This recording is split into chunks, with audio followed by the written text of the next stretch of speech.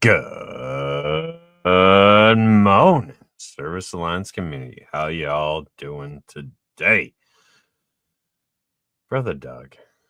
Good morning, Zach. It is Easter season coming upon us. Best holiday ever. You get there and everything is all about what Christ did on the cross. And if you can put that at the center of everything, bring on any stress, and it seems to be able to keep us on solid foundation, right?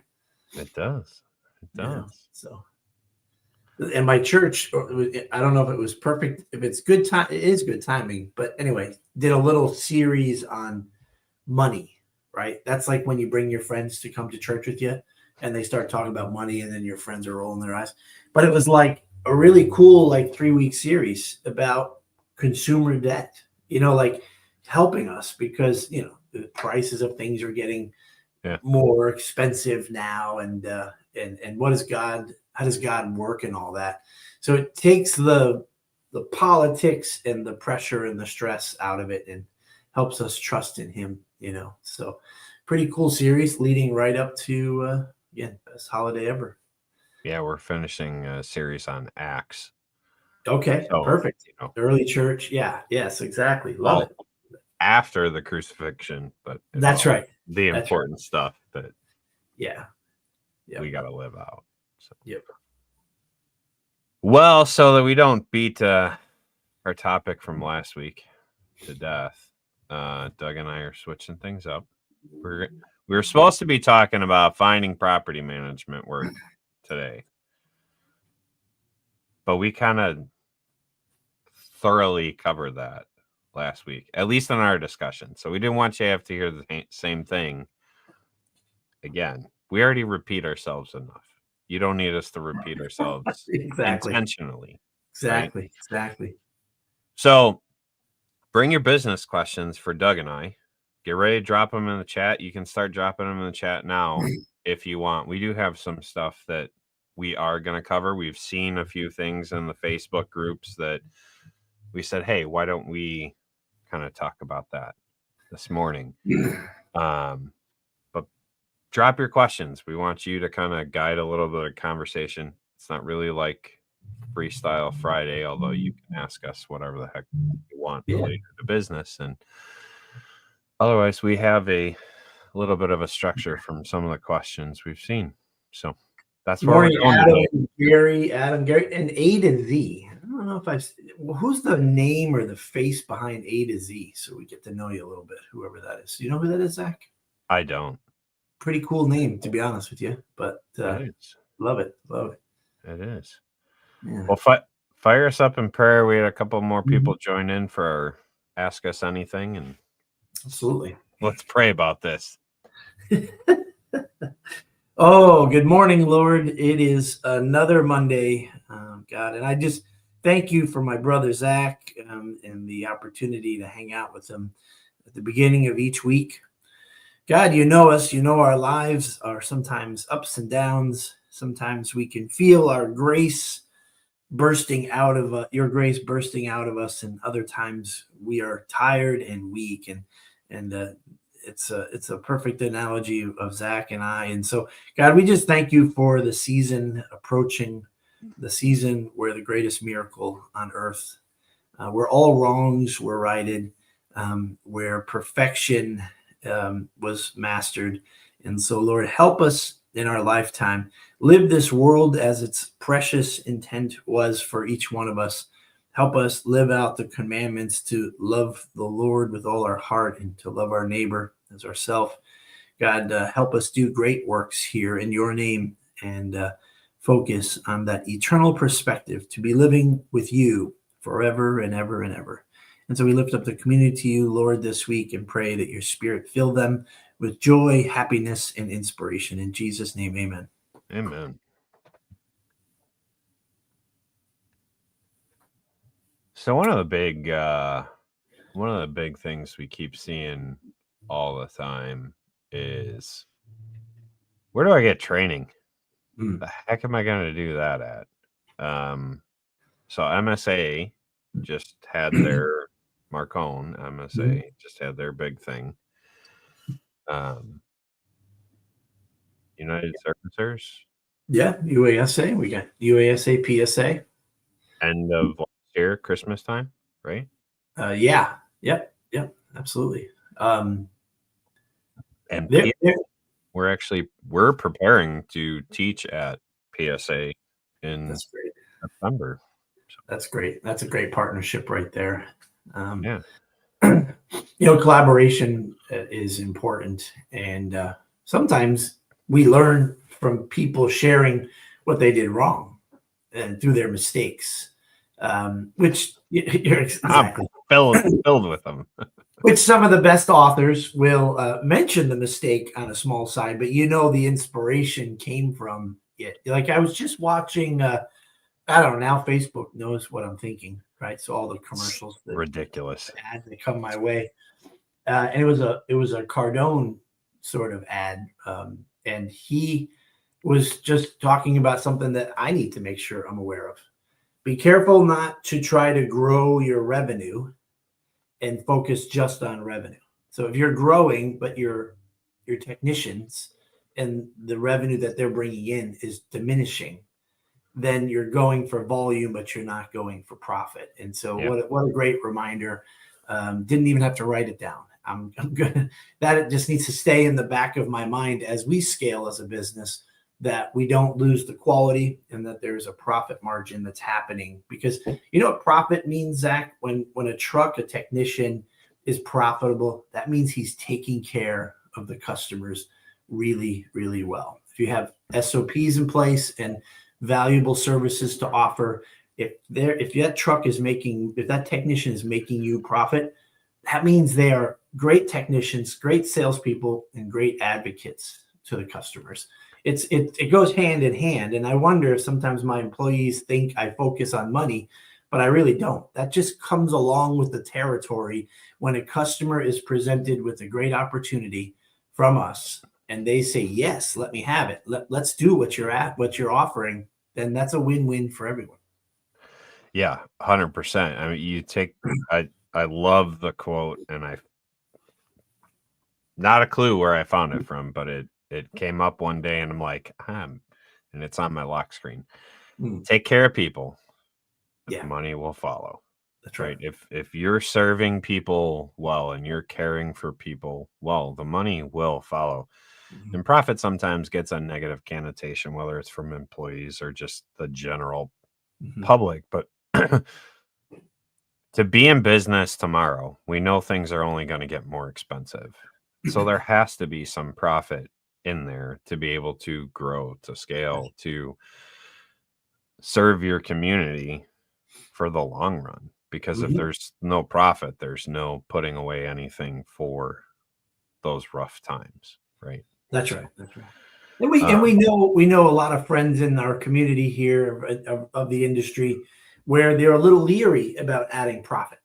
They're focusing on, well, I need to stay competitive. I need to be on the cheaper side so I can get some of those customers from my competitors. Don't be afraid to charge to seek profit, because all that's going to do is require you to stay focused on giving great service. Just kind of what I said, but re-saying it one more time. Putting profit in your model means it's going to make you become a better business person, because you've got to live up to the expectation of demanding that profit. Yep. So what are some of the other ways that you guys have been getting training for your technicians recently? There's also, I mean, we all know the big schools, but what are you guys doing to make sure that your techs are like fully trained up? Yeah, I mean, manufacturers offer it, and sometimes they charge you for it if you're not authorized. But you need to begin to get out there and develop relationships and be prepared to pay for it as well. But Miele, Dacor, for us, Miele, Dacor, Bosch, those are training opportunities that maybe 10 years ago, I would have been short-sighted to say training in June. That's It's when it starts getting busy. To take 3 techs off the road, man, we're going to lose this much revenue, but we're going to get lost in the times and not know the latest products. And I know that every training that I've ever been to, I stand there when they show you something and go, I would have never known that. I would have never known how to take this apart, or that symptom means that. And for a second, it makes me think I want to become authorized in all brands. But then I talk myself off that crazy ledge and recognize that training, you're going to have to go seek that information out for sure. Right. So manufacturers, Encompass, Marcone, they're all offering regional training, online training. You need to put it in your schedule, and you need to put, again, that over revenue to some degree. You don't just go to every single one of them, but you need to be strategic and fill your company Google Calendar with at least 3 to 5 training sessions that's available out there each calendar year. Yeah, I mean, so MSA is constantly doing webinars and they're recorded. So if you're an MSA member, you can go back and you can watch those live trainings. Is still George Schick doing those? He's pretty amazing. I've not stayed on top of it, but he used to be the guy that made me go, I'm screwed unless we become authorized in this brand, you know? So that he's got to be retired now, right, George? I don't know. Rick is still out there doing it, as far as I understand. Rick's another great guy. Yeah, absolutely. You ever sit through one of his classes, you're like, man, I don't know squat. Yeah, right. Yeah, actually, Rick was the guy that made me go, I got to get off the road at this point. I don't have that desire to know as much as he knows. So let me go somewhere else here. Yeah. You know, and you have the schools that are out there, Fred's and couple of, I'm drawing blanks at the moment. I'm a little fried from the weekend. Yeah, we've I wonder, you know, like we've tried it a couple times, but it's you got to really be able to measure things and understand. If you just do it once with one employee, it's hard to know. But like, probably trying it 3-4 times, sending new technicians, hired to Fred's and then back, and not to evaluate what Fred does, but just, can you absorb enough, and how much can you absorb and come back? Do people who come back from one of these schools ready to throw them out there on some easy jobs, or do they still need more training, and what about their confidence level? That's another thing. Sometimes my guys come back from training and they've lost a little confidence because of so much information that came their way. But most of the time, they're grateful and excited because they've seen stuff that they would have never known before. So the confidence part is pretty key as well. Yeah, for sure.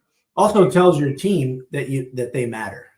Yeah. That education and that them doing a great job and not going out and trying to figure it out on their own is not necessarily the approach that you need to do that anyway. But having it with professional training, that's the sign, I think, of taking care of your customers and your people. Guys, drop your business related questions in the chat. We're just following some of the topics that we've seen recently brought up on Facebook, and there's some of the topics that just get beat to death in the groups, but we're wanting to cover them because it is important stuff. It's stuff that relates to every business and technician that's out there. One that's been on my mind for a couple of years, Zach, and I would tell you that I don't think I have it down quite yet, but almost sowing and harvesting. At the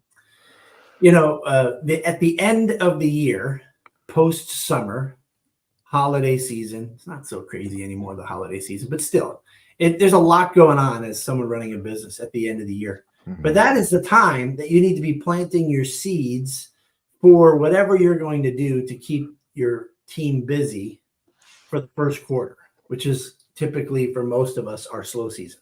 Mm-hmm. So to wait until the slow season comes upon you and then says, oh man, I need to get out there. I need to do this. I need to get out to property managers and offer some specials on cleaning laundry units.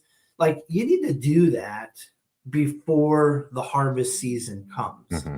And we've gotten a little bit better at it, but I would love it to almost be like an SOP, sort of process of the business that, this is when you start to do the campaigning or the training.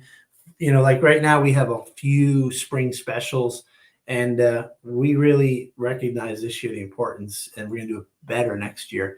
Train them ahead of time, because you can come up with a great idea and envision what the customers are going to experience with this very special opportunity that you've emailed to the customer and said, you're going to get all this.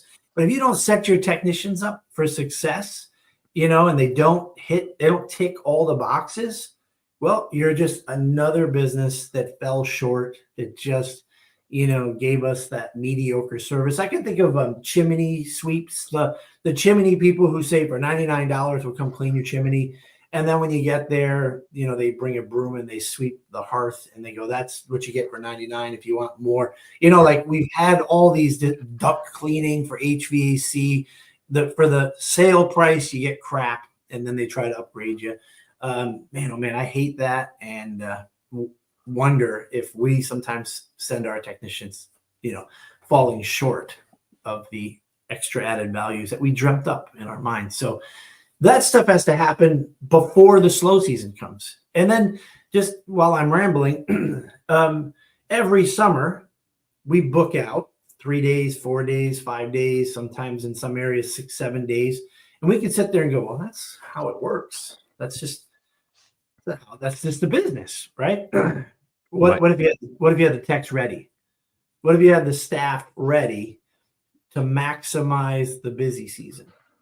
So that means that right now you need to begin to train, hire, find, recruit great technicians to make the most of the busy season. So sowing and harvesting, you've got to get your sowing down when it's time. Should have started that process 4 months ago, but the next best time is today. That's right. To start that process. So yeah, Mike chiming in, never stop marketing your business. You should be doing that all year round. You should be intentional with that. It brings up a good point. You mentioned something slightly in passing, and so just thinking about that for the people that watch us on a regular basis. What are you mentioned the Google Calendar. Do you have a team Google Calendar? Do you have some other way that you're really communicating these events and things that you need on the calendar for your technicians? Or are you just kind of, hey, by the way, next week we're gonna go do some training or something? How are you guys keeping on top of that? Yeah, I mean, I think it's a journey, but it sounds more like that second one with that little attitude in your voice where you went, hey guys, that is kind of where we're at. Because if I put myself in our technician's shoes, there's 18 of them. And we weren't even meeting regularly throughout the year. So there's no way they know what's up here. And when you're one of the people in the Army, you can only infer what you don't know. So you're absolutely right. All that spelled out is I think it's internal advertising. It's internal marketing for the new techs and the ones that have been here forever. Hey, here is the training schedule for 26 or 25. Please sign up, and just really advertise the importance of, we want you to be there. We want you to be a better version of yourself. So here's the plan for the year. Absolutely, man. Yeah. Imagine that, me speaking and pointing fingers like, you need to be more organized. You need to be more structured. Why is your truck dirty? That's right. And there's 3 fingers pointing back at me with the sloppy Google Calendar that I forgot last minute to tell them that there's training and it's in Chicago and are you willing to go? Yeah. That for sure they're judging us. Love it. Yeah. Next month we're talking about AI tools, and so I've been auditioning some AI tools and kind of preparation for that, and so I'm just interested what kind of calendar integrations and scheduling things people have out there. The goal setting, right? Like we use Teams for a lot of that. We're using the the 90 app from EOS for every department technician. So we have a meeting every single week. And that first thing is sort of the tech company wide KPIs. There's 3 or 4 of them, and we just check in at the beginning of the meeting and say we're on track here, we're off track here, we're on track here. If we're off track, add it to the second half of the meeting, which is issues. So guys, why do you think we're struggling here? What are some things you think you can do? And the hope here is, and we've only had a few of these meetings in that department of technicians, is for our technicians to recognize that it's a team thing, and maybe 3 of them are killing that KPI, average per call or whatever it is. They could chime in and say, this is what I do. And those who are struggling could hear things to inspire them or change them. And I bet you there might be some people on a team that are like, oh my God, I should talk about our KPIs, and this place isn't for me because, and then they have their own interpretation. Oh, they care about numbers and money. Right. And you know what? I'm out of here. And I'm okay with that too, because we all want to be able to evaluate ourselves, right? When the weekend comes, you want to be able to say, I worked hard this week. So how do you measure that you worked hard? How do you measure that you were effective? Company KPIs are important. So our weekly meetings, our structured meeting helps us talk about it in a way that we're not judging and pointing fingers, but saying, this is the reality. What do you guys think? Is the goal too high? Let's talk about that. And now we have a collaboration instead of a lecture about failing. Well, it gives you the opportunity to be very clear on why you're doing things, right? Absolutely. Because it is extremely easy to interpret that, hey, they only care about numbers, they only care about volume. What the heck am I doing here? Why am I pushing so hard? When really the heart of the issue, knowing Jay, is you want to be able to serve customers well and measure what you have done. Have you served your customers well? Yes or no? And where on that scale do you fall?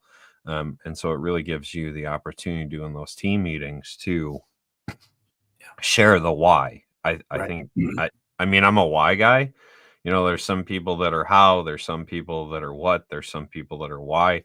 I'm very much a why guy. So if you tell me why you want to measure numbers and why it's important to the company, I'm going to fall in. I'm going to be able to understand, okay, here's how we're tracking the numbers. Here's why we're tracking them.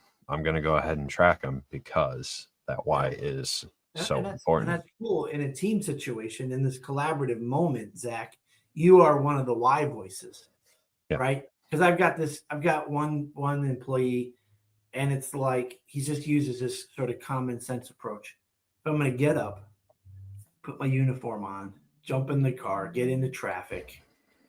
Why don't I just do everything the best that I can, follow the rules of Action Appliance? Because when I do, I take care of a lot of customers and I make a lot of money. And so for him, I'm speaking as a galvanizer, the why, the cheerleading, the big picture view. And then he'll come in and say, why would you come to work and not maximize your opportunity? That just doesn't make any sense. That's just stupid. He gets to say stupid because he's an employee, but I mean, it's kind of cool that you get all these perspectives when you get a collaboration going on, and you don't know which one may trigger someone, but clearly it's a chorus of voices, so I love that. I love it.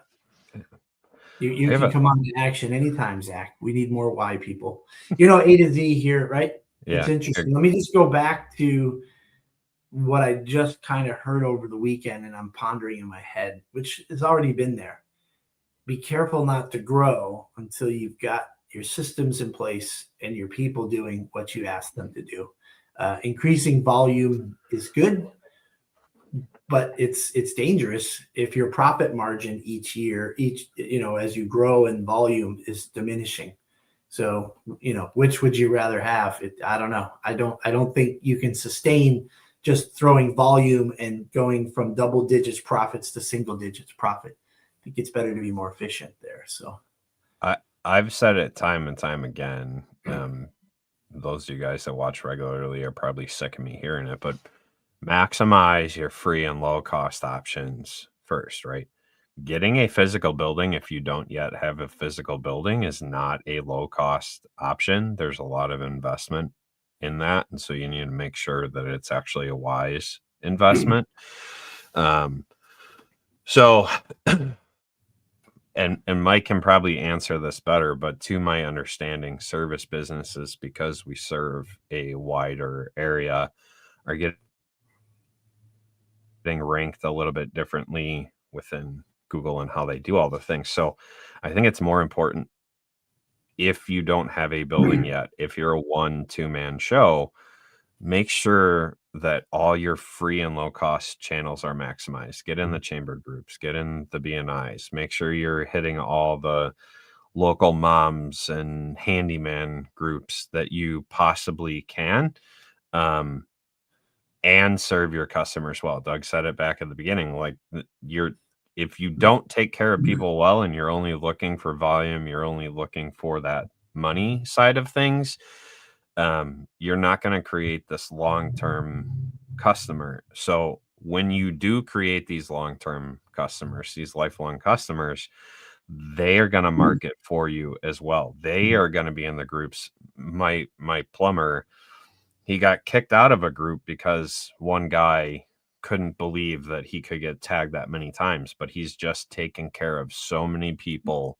so well that anytime anyone asks about a plumber or water conditioning, he literally in one post will get tagged 100 times. Right.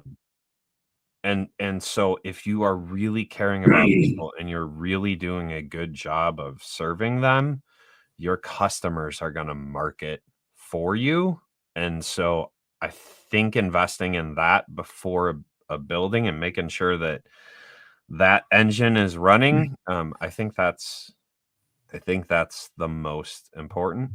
And here's Mike answering: physical address listings will always outrank an SAB listing. Right. And so there does come a point where that is important, but if you don't have the foundation, if you don't have that baseline built, if you haven't maximized all those channels before you go and invest in a building, you're not really going to have the money to stay profitable when investing in a building, right? So make sure you kind of maximize that, build that foundation good, and then yes, make sure you have a physical location, make sure the videos and all the Google things that they want, your signage and your exterior shots and all that crap are actually in place. Yeah, saying those things at the end there, this is something that I've experienced over the years. Getting a physical address, a branch or whatever you want to call it, it's a big project, man. You got to go find a lease that's affordable. Then you have to register it with Google, and you have to jump through the hoops. It can, and I guess as a smaller business, you have to understand, if you put a lot of your energy there and you've got 2 technicians working for you, and at the same time that you're investing here trying to level up your business, their walk rate starts to climb, their recall rate starts to climb, their first call complete rate starts to drop or grow, get worse, because you're not investing in them. So I'm going to say it's exhaustive, and I'm actually in a mode. I'm in a season right now where I'm like, I think I just want to drive a UPS truck right now, because you can't let go completely, and you can't equally put yourself in multiple places. But it is a big project at times to get that listing up. So, but you can't neglect something completely. You still got to put the energy in those other things. For us, we didn't get we cover 3 states, Connecticut, Rhode Island, and parts of Massachusetts. We didn't really get any physical buildings in those places until the last couple of years, because, to be honest with you, my Rhode Island technician was not a good tech. And I was just trying to get him to improve and make a better impact with our customers and actually be profitable for us. But once we found somebody good, we did get that Google map listing, that location. And but again, I mean, it's literally, it's just an empty office. I don't know about Mike. I don't know where you stand on this, but like, I don't know. If I were to have one of these other locations become some sort of hub, then I'd have to have some employees in there, and then I'd have to make sure that there's a purpose and intent for them to go there. And I don't know. It's a lot. So I don't know how many people out. Do you know anybody, Zach, that's got multiple locations with people in different staffed in different areas? It just seems a little clunky to me to run your business with multiple locations, but you do need them to satisfy the Google crazies, right? I agree. I think for service businesses, it's hard because those physical locations do trigger. And so if you're trying to grow in an area, you kind of want an office there. But yeah, it can be very counterproductive. I saw Mr. Goofball actually drop in some sense here. Don't break the bank on a location. Just run a small office. Google allows it. If it makes sense. If it doesn't, just stick with what you already have set up until you can afford it. So like in Illinois, because I know Google gets a little funky about the shared workspace and whatever, like the only real affordable places in Illinois to rent are going to be a shared workspace, which is counterproductive to what Google wants. So if I'm going to rent a location, it damn well better have purpose. Otherwise I'm just wasting money. Right now, I know there's some areas around the country where you can rent a small office for extremely cheap that satisfies the Google thing. I know for my particular case, it literally wouldn't make any sense to do that up here. Most of these secondary locations don't have staff. That's very true. Yeah, we have a church that is struggling to stay alive, and used to have classrooms, maybe a preschool or something like that. Mm-hmm. So $150 a month, to be in the basement of a church. I think the most we pay is about $300 for an actual small office space next to a psychiatrist or something. But it's hard to find them for sure. Yeah. And I think the shared workspace things, I mean, that would be terrible to get I don't know if this happens, Mike, but can you get a map listing up in some place like this and then later have Google figure it out and then shut you down, take your map listing down? It's a map listing that you've come to, expect the volume that comes from that listing in the reviews. Can you lose it? So I'm a little paranoid about that. I don't know that it can be approved because you have to have signage and you have to have all that stuff. You can't really do in those shared workspaces. So, I got one working, Zach. I got one workspace, one working, but the lobby has an opportunity for a sign and things like that. But I don't know. It's interesting. Yeah, if done right. I'm just always worried that after the fact, they come in and catch you and take you out. Too many of our friends, right, Zach? A couple of guys we know, their map listing was shut down and their volume changed. Several actually. Dramatically, pretty scary. So that's why I say build that foundation, maximize those free channels, maximize making your customers your biggest mouthpiece before you do anything else.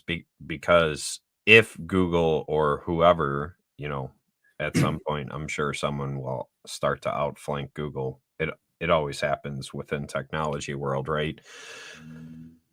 If they decide to shut down your listing, if you don't have that foundation in place, then you're left scrambling, trying to pick up the pieces and keep the volume going, and it ends up becoming a money suck.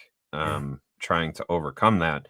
But if you have that foundation in place first and you've been maximizing that stuff first, if Google shuts it down, you might see a little bit of dip in volume, but the other things are already the main thing that you're doing. So I'm all about keeping the main thing the main thing. Take care of the customers, build these smaller free things, and then work on, you know, the Google and some of the additional marketing things, right? It's certainly important to know where the stuff's coming from too, where your customers are coming from. I'm not, you know, there's many ways and mechanisms you can put in place, but you really should know where your business is. You know, how many of your service calls in the past month were repeat customers, and how many came from your map listing, and how many came from Angie's or whatever. You got to put tracking numbers, and there's all kinds of great reporting now. I bet you if you hire someone like Mike, he puts those mechanisms in place as well to help you know where your business is coming from. You shouldn't be speculating about that. I think that's a really important sort of scorecard, company KPI, is to know where your business is coming from and know what your conversion rate is. So if you're spending all this money to get people, you need to know what your conversion rate to booking is. Optimize, then expand. Don't put the cart before the horse, guys. Don't put the cart before the horse. So, yeah, Saul, you can rent from me. It's $2,000 a month, and welcome to Connecticut, my friend. Yeah, you joke, but that's like starting rent in Illinois. It's freaking brutal.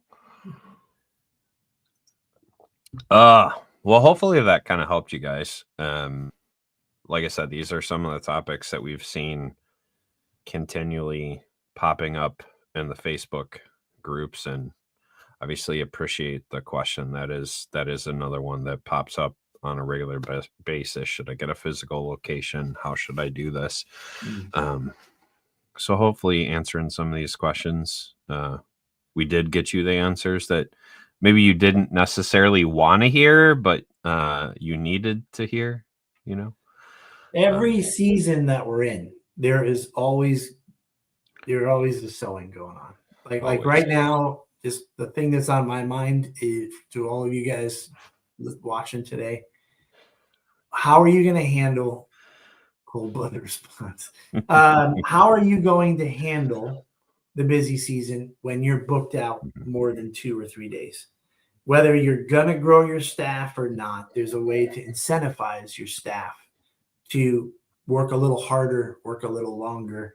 You know, just right now, we need to be prepared to harvest the busy season. And do we have enough farmers? And if we don't, how can you make it worthwhile for them so that you both can celebrate in maximizing in the upcoming busy season? And then it starts all over again when the fall comes, and staying busy and that type of thing. So, yep.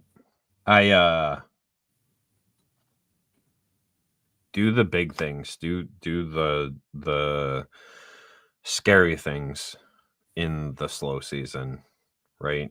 I'm coming into busy season, and I'm in the middle of dealing with my phone number being ported to a new service, and the one team porting it said, well, we already gave them control, and the new team says they didn't give us control yet, so my number is in limbo. No one can contact me on my business line as we're going into busy season. But the reason for the switch is when I'm busy, I can't always answer the phone. If I'm standing on top of a roof, it's really hard for me to have a conversation with someone.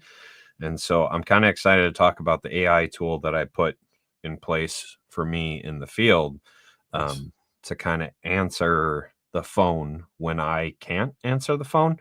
And so the point of that is, when you're in slow season, it's a good time to make the changes because it's a lower impact. If you make these changes when you're in the busy season and everything's going crazy, it's very much the wrong time, because if one little thing goes wrong, like porting your phone number, you're up craps creek until it kind of gets resolved there. So do the big scary things in the off season, plan ahead for them, and then execute immediately once it's time. Don't drag your heels, don't hem-haw about it. Create that plan ahead of time, and then put that plan into action so that it doesn't have as big of a negative impact. Can't wait to hear about your AI experience, Zach. You kind of skipped right over the virtual assistant and went right to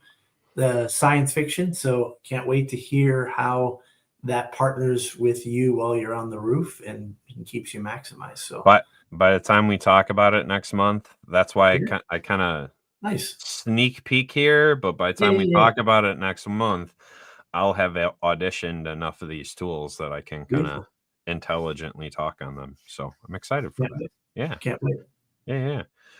All right, guys. Well, hopefully that helped. Property management work. TK is going to be talking all about that coming up here pretty quick, April 19th. If you are not an All Access member, join servicealliancegroup.com, become an All Access member. We do these masterminds every single month. It is a great place to get questions answered and kind of discuss the topics with your peers in the area and across the country every month on these kind of specific topics. So April 19th, property management work. They are free to our All Access members. So if you're not an All Access member, go join. Well worth it.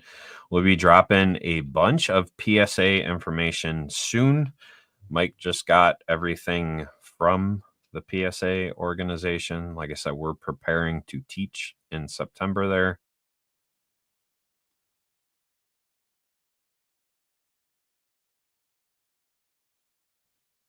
That was weird. StreamYard just had a freak out. Apparently they're thinking we're talking too long or something. Okay. Was I stuck or were you stuck? Because you were stuck. Both of us were. We both disappeared. Really? Yeah.